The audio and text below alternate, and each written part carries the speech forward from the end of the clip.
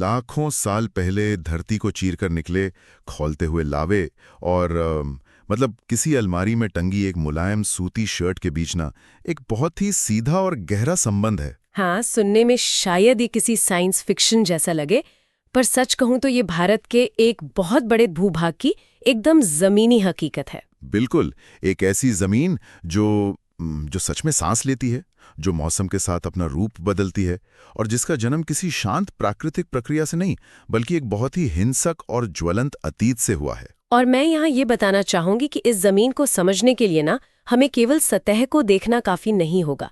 आज हम जिन स्रोतों पर बात कर रहे हैं वो एक ऐसे विशाल भौगोलिक और कृषि चक्र की ओर इशारा करते हैं जिसने सदियों से सभ्यताओं का पालन पोषण किया है। तो चलिए इसको थोड़ा विस्तार से समझते हैं, क्योंकि इस काली मिट्टी की कहानी का जो पहला पन्ना है वो सच में किसी ब्लॉकबस्टर फिल्म के सीन से कम नहीं है। ये साधारण धूल नहीं है। इसे भूगोल के भाषा में काली मृदा या ब्लैक सॉइल कहा जाता है, एक अत्यंत जटिल और जीवित प्रणाली। राइट, मतलब इसकी शुरुआत होती है उस मूल पदार्थ से जिससे ये बनी है।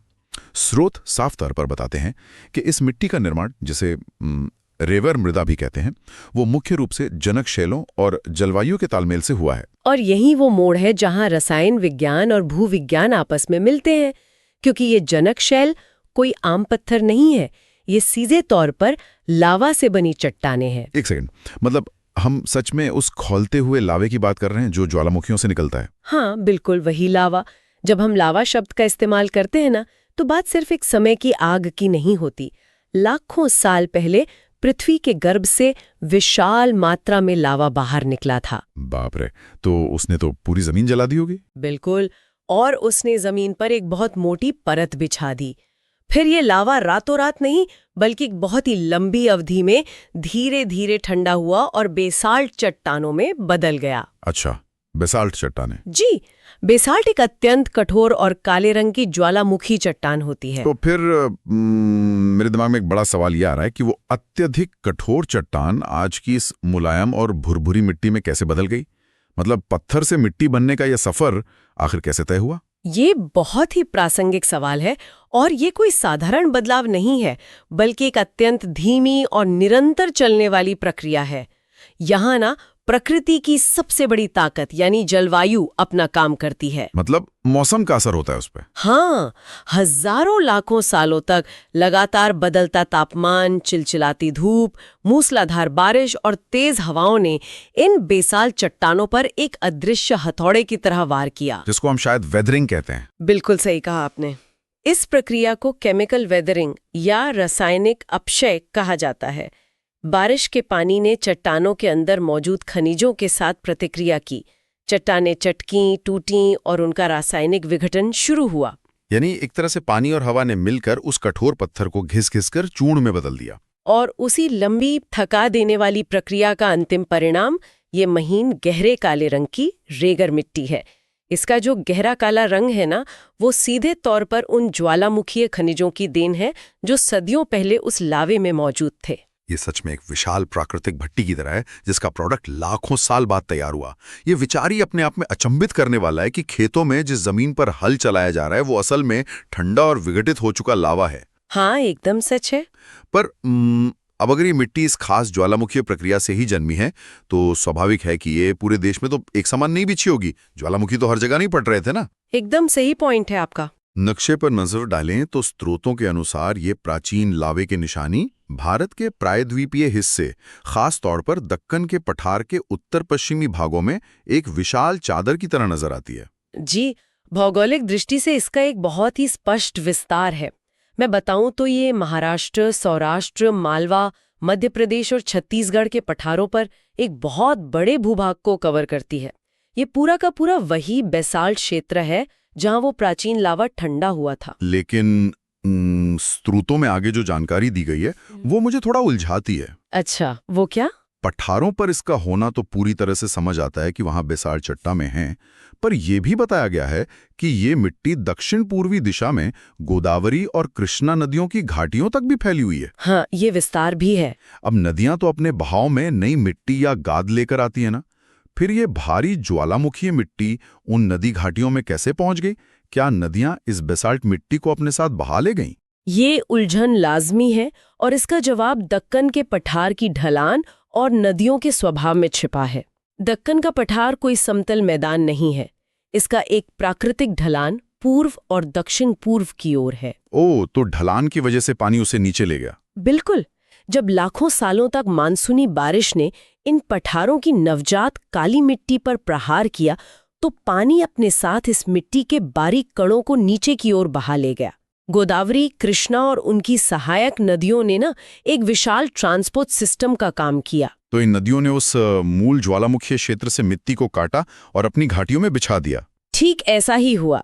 भूगर्भीय समय चक्र में नदियों ने पठार के ऊंचे हिस्सों से इस रेगर मिट्टी को अपने साथ घोला और अपनी धीमी गति वाली घाटियों में ले जाकर परत दर परत जमा कर दिया। तो इसी वजह से गोदावरी और कृष्णा की घाटियों में भी यही गहरे काले रंग की मिट्टी इतनी गहराई तक मिलती है। हाँ, और इसी भौगोलिक फैलाव ने मध्य और दक्षिण पूर्वी भारत के पूरे कृषि परिदृश्य को हमेशा के लिए एक नया आकार दे दिया। यहाँ पर बात सच में बहुत दिलचस्प हो जाती है। एक विशाल क्षेत्र है जो एक हिंसक अतीत से निकली मिट्टी से ढका है। नदियों ने उसे घाटियों तक पहुंचा दिया। लेकिन अगर हम कृषि के नजरिए से सोचें तो किसी पौधे को इस बात से कोई फर्क नहीं पड़ता कि मिट्टी का इतिहास कितना नाटकीय है। हाँ, पौधे को तो बस अपने पोषण से मतलब है। राइट। पौधे को बस पानी और पोषण चाहिए। तो आखिर इस रेगर मिट्टी के रसायन में, इसके अंदरूनी ढांचे में ऐसा क्या है जो इसे पौधों के लिए इतना मूल्यवान बनाता है? इसे समझने के लिए ना हमें मिट्टी की बनावट को बिल्कुल माइक्रोस्कोपिक स्तर पर देखना होगा। स्रोत बताते हैं कि ये मिट्टी अत्यंत महीन कणों, जिसे भूगोल में मृत्तिका या क्ले कहा जाता है, से बनी है। क्ले मतलब वो चिकनी मिट्टी? हाँ। अब क्ले के कण बालू या रेत की तरह गोल और बड़े नहीं होते। ये नैनो स्केल पर चपटी प्लेटों की तरह होते हैं जो एक के ऊपर एक रखी होती हैं। अच्छा, जैसे किसी मेज पर ताश के पत्तों की एक गड्डी रखी हो। बहुत सटीक एनालॉजी है। और जब पानी इन ताश के पत्तों जैसी सूक्ष्म परतों के बीच पहुंचता है ना, तो ये परतें पानी के अणुओं को अपने बीच बहुत मजबूती से जकड़ लेती हैं। तो इसकी वजह से पानी जल्दी सूखता नहीं होगा। एकदम सही।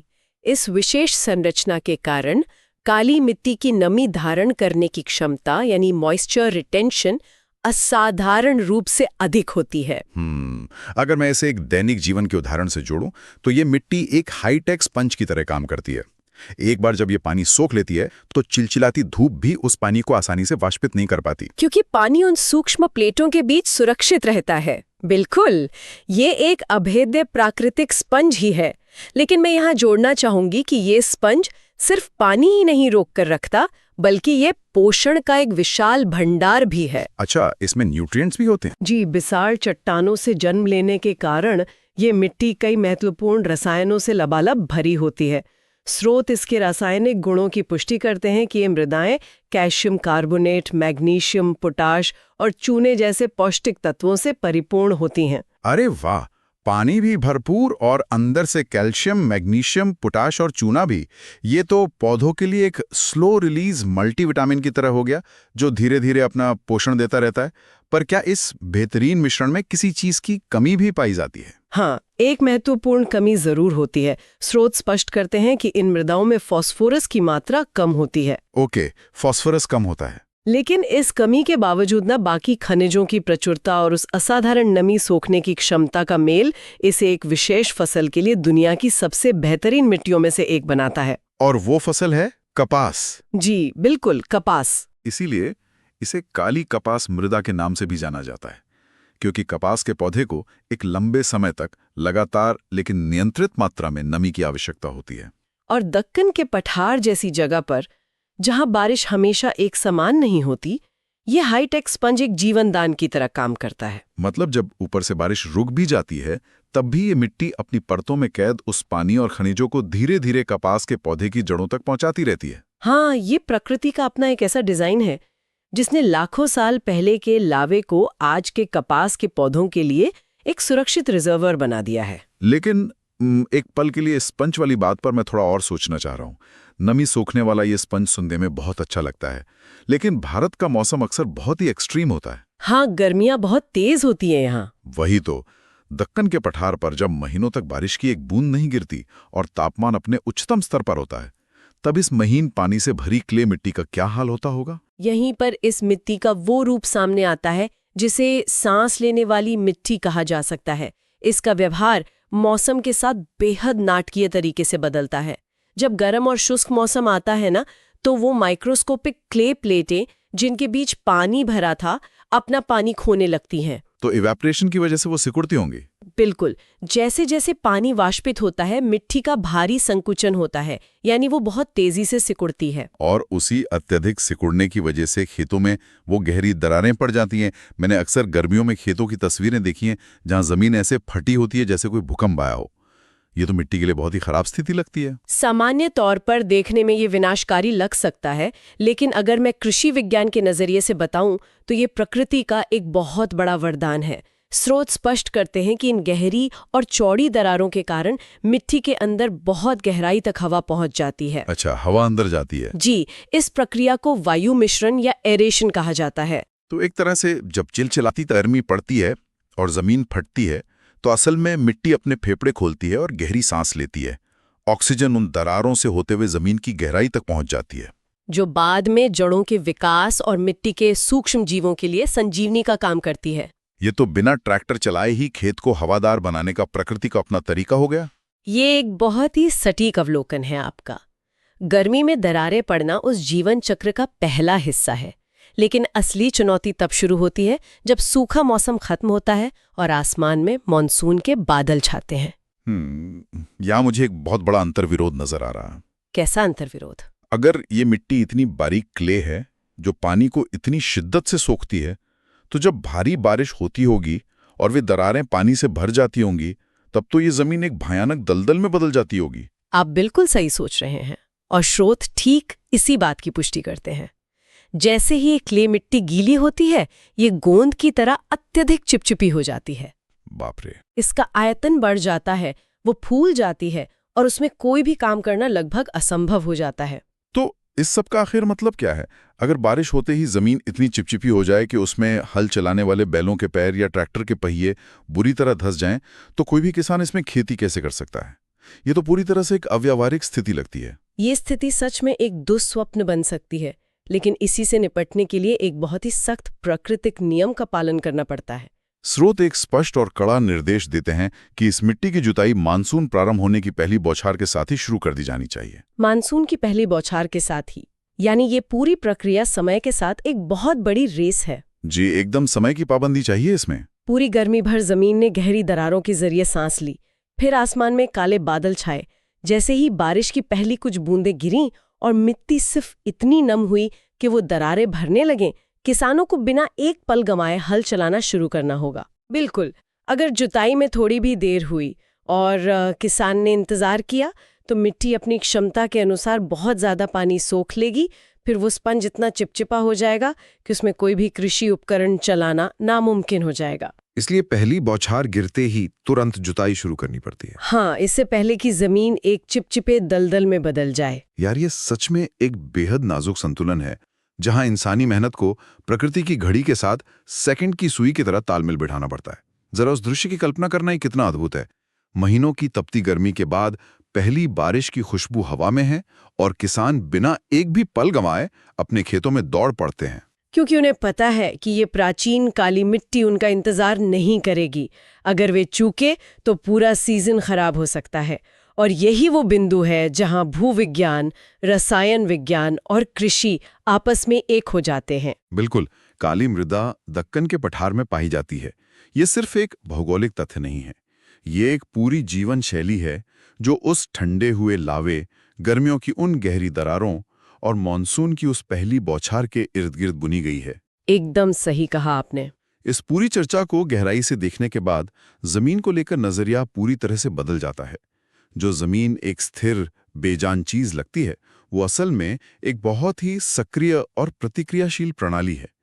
लाखों साल पहले के ज्वालामुखी से निकले खौलते हुए लावे ने बेसाल चट्टानों को जन्म दिया, और फिर जलवायु के अदृश्य हथौड़े ने उन चट्टानों को तोड़कर ये महीन रेगर मिट्टी बनाई, जिसे गोदावरी और कृष्णा जैसी नदियों ने अपनी घाटियों तक फैला दिया। और फिर इसके माइक्रोस्कोपिक ढांचे ने इसे एक प्राकृतिक स्पंज बना दिया, जो कैल्शियम कार्बोनेट और मैग्नीशियम से भरा है।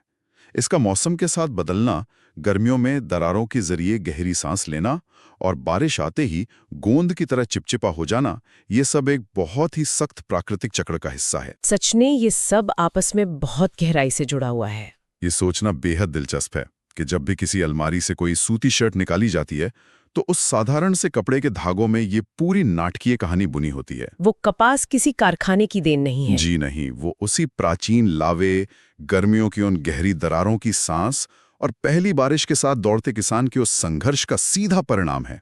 वो शर्ट सिर्फ एक कपड़ा नहीं, बल्कि इस काली मिट्टी का ही एक अर्क है। क्या बात है। लेकिन इन सभी तथ्यों और इस अद्भुत प्राकृतिक चक्र से गुजरते हुए ना, एक बहुत ही गंभीर और बड़ा सवाल भी खड़ा होता है, जिस पर विचार करना भविष्य के लिए अनिवार्य है। अच्छा, वो सवाल क्या है? देखिए, पूरी चर्चा में ये बात बहुत स्पष्ट रूप से भरकर आई है कि ये रेगर मृदा प्रणाली और कपास की खेती एक बहुत ही सटीक प्राकृतिक घड़ी पर निर्भर है। गर्मियों में दरारें पड़ने के लिए एक निश्चित समय तक तेज गर्मी का होना आवश्यक है, ताकि मिट्टी के फेफड़े खुल सके। अप्रत्याशित हो रहे हैं। बारिश का कोई तय समय नहीं रहा, गर्मियां अनियमित हो गई हैं। हाँ, एक तरफ लाखों साल पुरानी एक स्थिर प्राकृतिक प्रक्रिया है और दूसरी तरफ तेजी से बदलता आज का मौसम। तो ये एक बहुत बड़ा प्रश्न चिन्ह है कि जब मानसून की वो पहली बौछार समय पर नहीं आएगी या गर्मियां इतनी अप्रत्याशित हो जाएंगी कि दरारें ठीक से नहीं पड़ पाएंगी, तो जलवायु परिवर्तन और बदलते मौसम के ये चक्र इस सांस लेने वाली प्राचीन मिट्टी को कैसे प्रभावित करेंगे? ये सच में डराने वाला विचार है। क्या ये लाखों साल पुरानी मिट्टी और किसानों के बीच का ये नाजुक, सदियों पुराना तालमेल भविष्य के अनियमित मौसमों के साथ खुद को ढाल पाएगा, या फिर मानसून की पहली बौछार की वो सदियों पुरानी रेस हमेशा के लिए पटरी से उतर जाएगी? सोचने वाली बात है और शायद हमें इस पे बहुत जल्द विचार करना होगा।